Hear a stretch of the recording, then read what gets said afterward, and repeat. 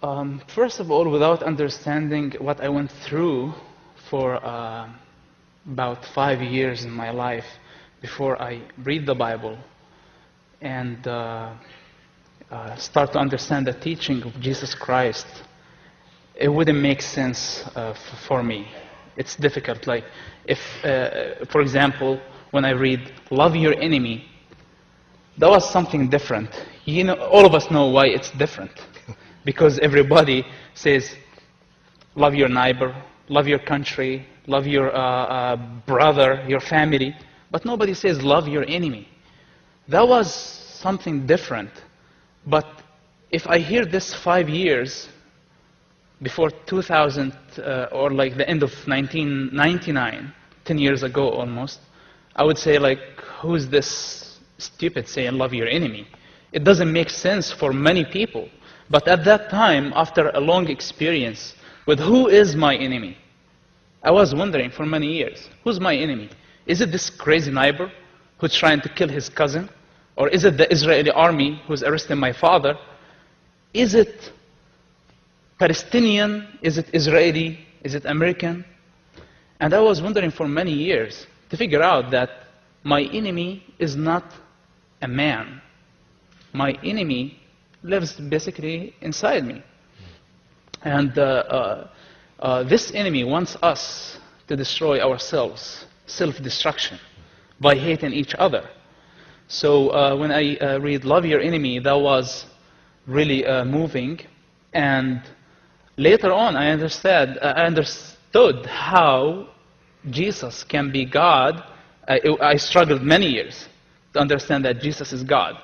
But logically, because I like to think logically all the time, if Jesus Christ has the highest standards, like he didn't say, don't commit adultery. He said, if you look at a woman, with lust, you're committing adultery. This is not a rule. This is not religion. This is a very high standard. And when he said, love your enemy, that was the highest standards. So I don't care who is pretending that he's God and he's a messenger from God and about other gods. I don't care. What makes Jesus God is that he has the highest standards between all other gods.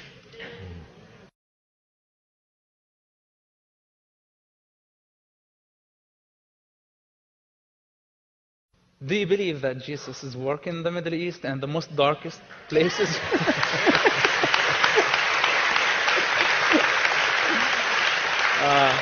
We doubt, we doubt. And I've seen miracles, if I can call them miracles in my life, and I forget easily. Sometimes I forget who I am. Sometimes I watch a Fox News documentary again, and it's like, I forget who is this guy? I forget who I am. And we as Christians, I'm sure that many times we forget who we are. And what's our duty? God is working. Do you think, yes, we hear about wars, and he told us, we shouldn't be surprised that there are wars and disasters and all this stuff happening. This is a sign from him. But in the Middle East, yes, he is working. And I was like, nobody can believe that the son of Sheikh Hassan Yousef, one of the founders of Muslim Brotherhood and Hamas, will come to Christ. I cannot believe it. It's like a dream for me. It's impossible. Thank God he worked in my life, and he worked in many others' lives. Many people, they put lives in danger. Many people were killed just for the last few months, because they accepted him in their lives, and people told them, okay, we kill you.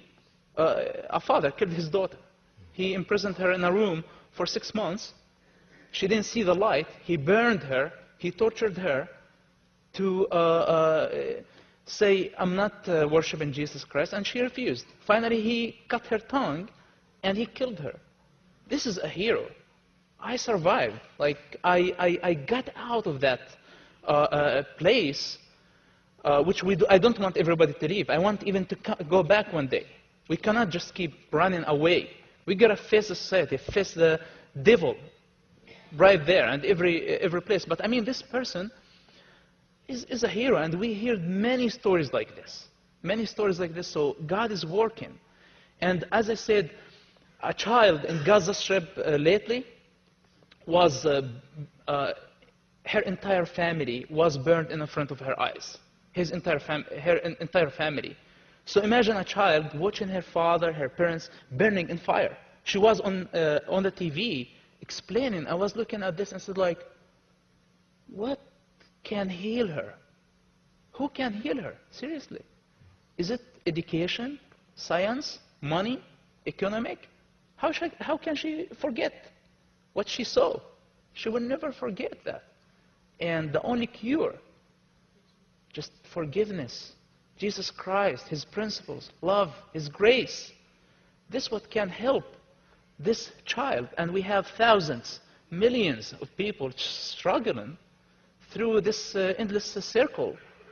It's a big trap from the devil.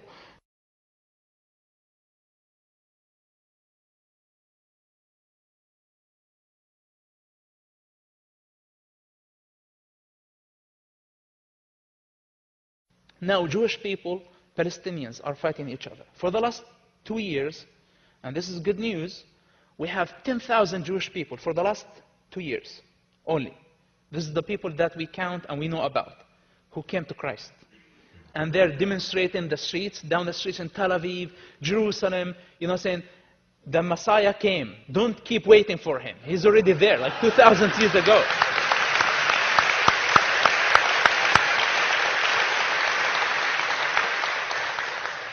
And from the other side, Palestinians, I came and I knew about many people, and we have hundreds, thousands coming every month to Jesus Christ. I will tell you how.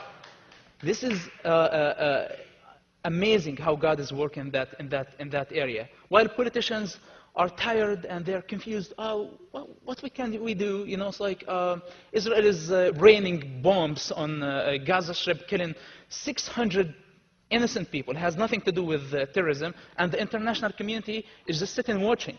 They couldn't do anything. But our God is working. Yes, it takes longer time, but He's fixing the problem from its roots. And He's telling Israelis and Palestinians, He's telling them His message very clear.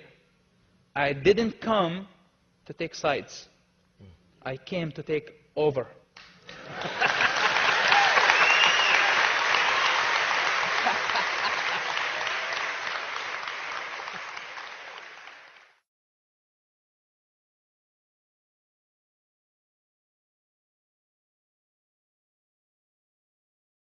Yeah, unfortunately, most people, when they look at the news and see those masked men and shooting, carrying guns, if I was in the same, if I step into their shoes, I would understand. It's crazy, they're shooting, and we don't understand why they're shooting, why they're fighting, and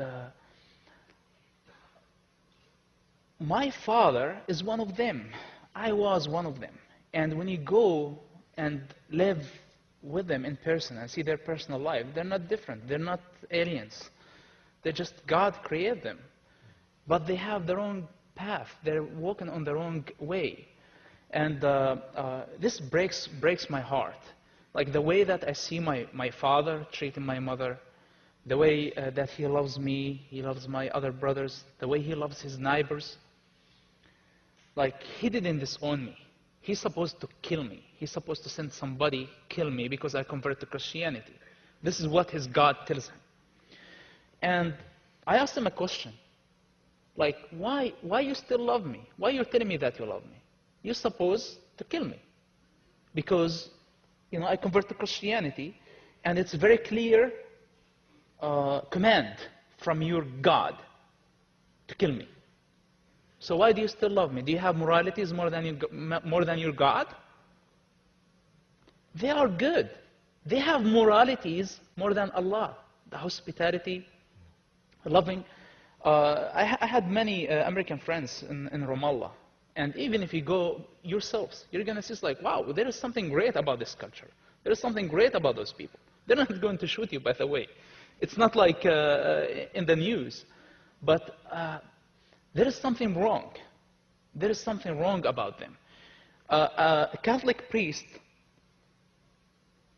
came to our house. I was Christian during that time, but he had no idea that I was Christian. And I was translating to my father. He wanted to help a truce between Hamas and Israel. My father totally believed in that truce, and I took the opportunity to translate for this priest to my father. I was adding stuff from as a Christian. So now, this priest he met my father twice, and you will be surprised of what he did. I sent emails after my public conversion to everybody, to all my contacts, including this priest. And I was expecting from him, to be happy and say, praise the Lord, and be really happy just to understand that I was Christian during that time when I was translating. I would say, I wanted him to know, but I couldn't tell him. It was secret. So now, it took him 2 months to respond to my email. You know what he told me? He told me, I thought carefully, and I kept thinking. I couldn't sleep, thinking what to write you. And what I can say, that I wish that you kept your Islamic faith, because you basically destroyed a wonderful man. I told him, if you met my father for 2 times, and you loved him more than Jesus Christ, what can I say? This is my father who took care of me, who loved me, who sacrificed, spent most of his life in prison. And even when he was in prison, he was gathering the food that they give him, so he gave us when we go visit him, and the candies. This is how much love he had. And I will never forget this. But how can I call myself the son of God, the child of God, if I don't put him first and my father second?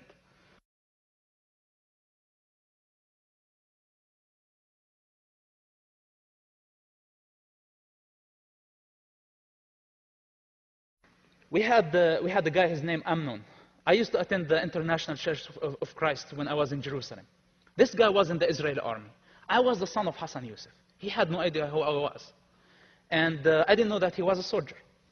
The second intifada started, and the army asked him, Amnon, come, you gotta, we have intifada now, and you gotta go carry your gun and just do your duty as a soldier, defending the state of Israel. He said, no, I'm not going to go. I'm a Christian. What? Okay. You don't want to go? Arrest him. I was arrested also because I was, with my father all the time. I was trying to fix the thing that it will never be fixed. Because if you don't fix their mentality, if you don't fix their souls, they will never be normal humans. And I was working very hard with my father, trying to stop violence as much as I could. And because I was close to him, trying to stop violence, they arrested me also. So me and him were in the same prison because he didn't go to the army. And I was next to my father trying to help peace and truce. Both of us were attending the same church. I am Palestinian, terrorist, and he's Israeli, soldier, praising Jesus Christ under the same roof. And it worked.